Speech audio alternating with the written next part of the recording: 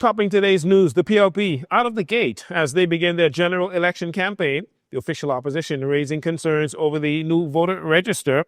Prime Minister Davis extending condolences to the family of the late Reverend Jesse Jackson, and demolition exercises on unregulated communities continue.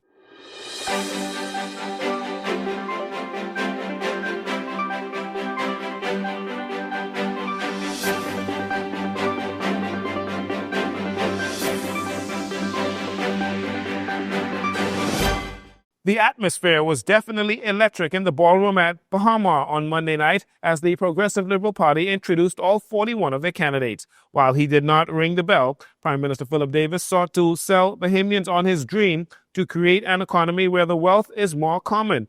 He first highlighted the progress made since coming to office in 2021 and a second term where the focus will be on getting more ownership in the Bahamian economy. We're going to have some fun during this campaign, because ain't nothing wrong with having fun and a good time as we're having tonight. But we're also going to address some serious things, because these are serious times and there's a lot at stake in this election. I know you feel me on that.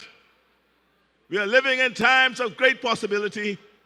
I'm going to tell you how we can leverage new opportunities to remake our country. We can create the dynamic, inclusive economy our people have always deserved. One with many more opportunities for Bahamians to achieve security and success. An economy in which many more Bahamians have an ownership stake. The Prime Minister encouraged Bahamians, especially in the Family Islands, not to vote for the FNM. He says he believes it will take the country backwards with their stop, review, and cancel policies. And we didn't let the very serious fiscal crisis we inherited postpone our investments in our people and in our future, because we aren't going back to the old economy. We are creating a new economy. And I want to repeat that. We are not going back to the old economy. We are creating a new economy. You know, we came here to do more than just clean up their mess. We came here to do more than that. The investments we are making in our Family Islands are unprecedented. With Exuma as my deputy, Elutra at Works, we are investing hundreds of millions to build and improve roads, docks, and bridges, with 14 new expanded airports at the center of our strategy to create new economic opportunities across our islands. We are undertaking our country's first nationwide energy reforms, with solar panels going up and electricity prices heading down. We are investing in Bahamian agriculture with record levels of participation in BAMSI, new agriculture grants, and a new generation of entrepreneurs discovering there are excellent business opportunities when it comes to helping the country build food security. We are expanding vocational and technical training, including a new vocational high school, a major BTVI expansion in New Providence, and new satellite BTVI programs in our Family Islands. We are investing in our artists and our athletes, our fly fishing guides, and our entrepreneurs. Also from the PLP launch, Deputy Leader Chester Cooper says he is ready for battle, ready to hit the ground. Cooper urged Bahamians not to risk going backwards on the progress the Davis administration has made, warning that a free national movement government would stifle the country's growth and progress made over the past 4.5 years. For as much as we've done, I stand before you to say tonight, we are still not satisfied. 5 years ago, I was immensely proud to lead the development of our blueprint for change. And let me tell you, that was not just a political pamphlet. It was our rescue manual for a nation in crisis. And serving along this team, I've been even prouder to track our progress and tick off the tremendous list of achievement, promise by promise. We followed the plan, and the plan worked.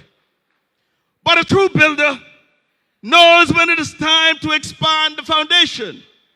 The things we couldn't accomplish this term are the very targets we are looking on to for the next term as we lay out our bold new blueprint for progress.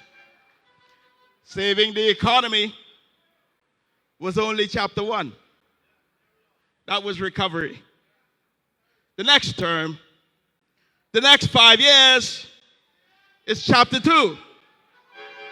And chapter 2 is about ownership. Continuing his attack on the official opposition, Mr. Cooper said the FNM is not a united party, which is not good for the country. He also accused the opposition of consistently opposing projects and programs that benefit the country, like energy reform, new airports, and new hospitals. Yes, infrastructure is access, it's dignity, and it is long-term economic strength.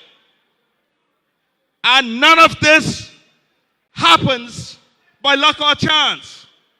It takes steady, thoughtful leadership and a team that works together, unified. Now I want you to look across the aisle of the FNM. What do you see? Division, chaos, confusion. When they had the power, they did absolutely nothing meaningful for the family islands. And now they are in opposition. They say no to the very things that uplift the Bahamian people. But make no mistake, if you give them the chance, Paddy Pintard and his crew will stop the progress we made. Who are you talking about? Paddy Pintard. And that's precisely why I call them enemies of progress. They're a party of cancellation. We're a party of completion. And we will not let them cancel your future. Mr. Cooper said it is his belief that one of the reasons we have not gone further as a country is because we continue to change governments every 5 years. The FNM says they are reviewing the updated voters list and they have found some issues after the recent boundary changes. The party says it has identified serious new problems that raise fresh concerns about election readiness. In its review, the FNM found polling divisions with no voters assigned. The party also identified what appears to be improperly transferred records following the constituency unit transfer process. These issues affect the constituency of Central and South Eleuthera, Mical, North Eleuthera, Freetown, North Abaco, Tall Pines, and Golden Isles. The FNM is calling for the following: a full audit of the revised register following the Boundary Commission changes, immediate correction of polling divisions with missing assignments, a comprehensive review of the constituency unit transfer process, and public clarification on all previously identified irregularities. And finally, in this segment, Prime Minister Philip Davis offering condolences to the family of the late Reverend Jesse Jackson, to the Rainbow Push family, and to all of those who counted him as a teacher, pastor, and friend. Jackson died earlier today at the age of 84.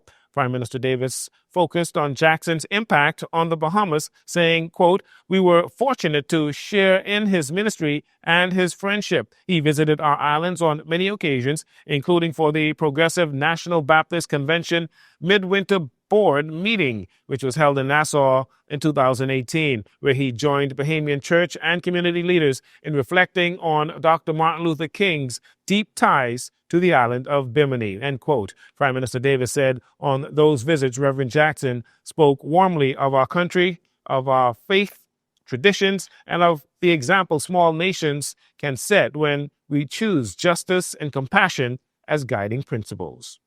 We'll take a break here. We'll be right back following these commercials.